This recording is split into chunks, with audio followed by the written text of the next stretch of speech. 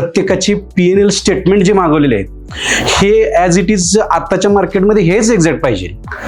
बाकीच्या गोष्टी मॅटर करत नाहीयेत की तुमचं कॅपिटल काय व काय गोष्टी आहेत किंवा तुम्ही काय करता, ह्या मॅटर करत नाही. प्रॉफिट लॉस स्टेटमेंट तुमचे जे काही लोक तुमच्याकडनं ज्या पण कॅन्डिडेटनं तुमच्याकडनं शिकून गेलेले आहेत हे ॲव्हरेज आय थिंक आताच्या बॅचमध्ये 30 लोक आहेत, तर असे पाठीमागच्या पण बॅचमध्ये पण ॲव्हरेज एक 20 लोक तर तुमचे प्रत्येक बॅचचे प्रॉफिट अँड लॉस स्टेटमेंट तुमचे पाठवताना तुम्ही कधी पण ते ओपन चॅलेंज केलेलं आहे, कुणी येऊन ऑफिसला बघू शकता.